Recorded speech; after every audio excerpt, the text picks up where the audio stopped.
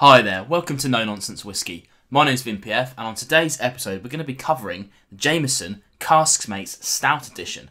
Now you might notice this is a wee sample. I picked this up in Dublin Airport well over a year ago actually. In fact, I covered the first of this little box that I received, which was the standard Jamesons, and I covered that in like May 2019. So if you want to go and check out the video on the actual Jameson standard release, please do feel free to go and check that one out. I'm not going to be talking about the liquid and comparisons really. Maybe in the tasting notes a touch, but generally how they make it, I'm not going to touch on that today. So you can go and check that video out if you wish to. This little beauty is one of two Caskmate editions. I think there's a third special one, but the two standard release ones are the Stout edition and the IPA edition. Now these Caskmate editions came about by a collaboration between the Jamesons, the Middleton Distillery, and the Franciscan Well Brewery. They decided to have a little collaboration to see how the differences between whiskey and beer, and maybe even the similarities, would interact with those liquids.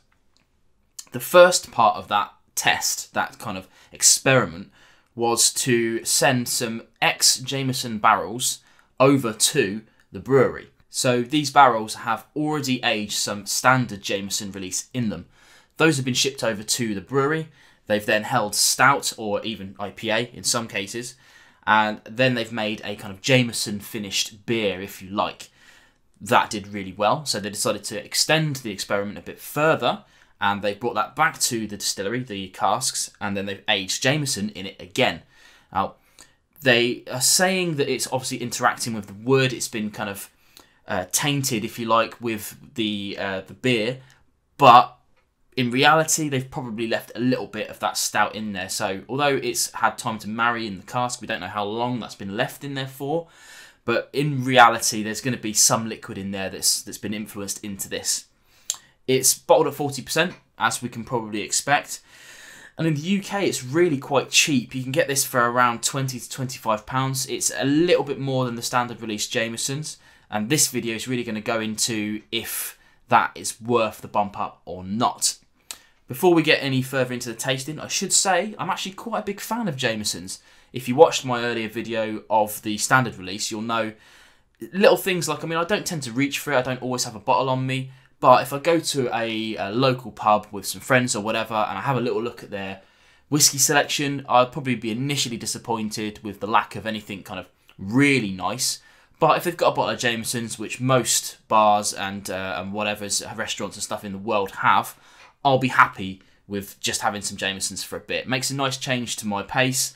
I drink a lot of lovely stuff, but I am almost never disappointed by drinking the Jamesons. It's always fairly reasonable and well priced. Let's get into the tasting of this little dude here and see what we've got.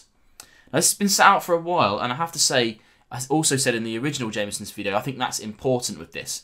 It's a good whiskey for getting down your neck, but if you're critically assessing, leave it for a bit, and I find it opens up quite nicely. Even though it's a very kind of thin, not very viscous, it's obviously a low ABV, 40%. I imagine it's been chill filtered and added colour, but I don't know those things, so let's not talk about them. Let's get into the nose and see what we've got. Now, it's still got that kind of typical Jameson nose on it. For me, I find that's very grassy and very floral, very youthful. There's still some honeys there, but it really is diminished in comparison. It's not as sweet on the nose as the standard Jameson. For me, there's a lot more kind of tannic smells there, a lot more woody smells. And a little bit of chocolate there as well. It's kind of dark chocolate, it isn't creamy, milk chocolate. All round, it's a really nice nose, I think. Let's get onto the palate.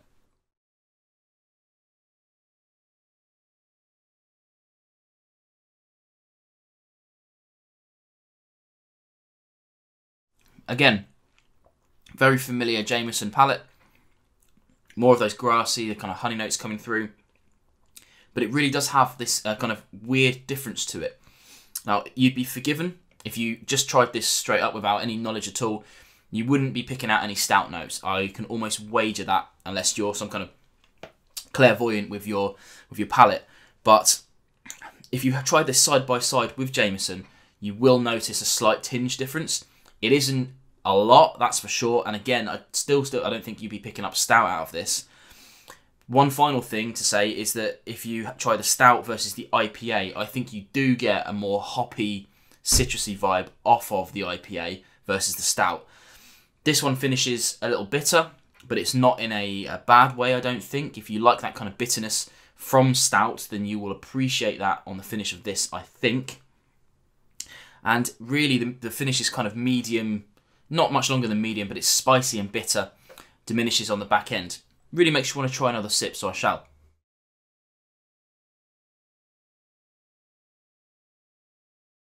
I have to say, as a fan of Jameson, I'm also a fan of this. I haven't covered the IPA edition, and I don't have a little wee sample of that in my little box set that I've got up on the shelf. But I have tried the IPA edition, and I do prefer the stout edition. Even though I'm not a huge fan of stout, the only kind of stout-like drink that I will ever really drink is kind of a Guinness, and even then, very rarely. Have to be really in the mood for it. I'm a bit of an IPA kind of guy. Certainly pale ales of kind of any kind I'm a big fan of. Haven't really pushed myself into the stouts and the porters and that sort of thing. Not really my bag. But I like the influence this has had on it more than I like the influence of the IPA. They're not the first whiskey to try this kind of thing, I don't think. They're certainly not the only ones right now that are doing it. I know Glenfiddich have still got their IPA one out as regular. Again, I'm not really a huge fan of that. I actually said on that video that I preferred it would have more IPA influence on it, and I think that's the same thing with the IPA version of this. That said, going full revolution on it, in this case, I'm glad it doesn't taste wholly of stout. And if you're a fan of stout, you probably disagree, and you probably think it would be better if it tasted more of stout.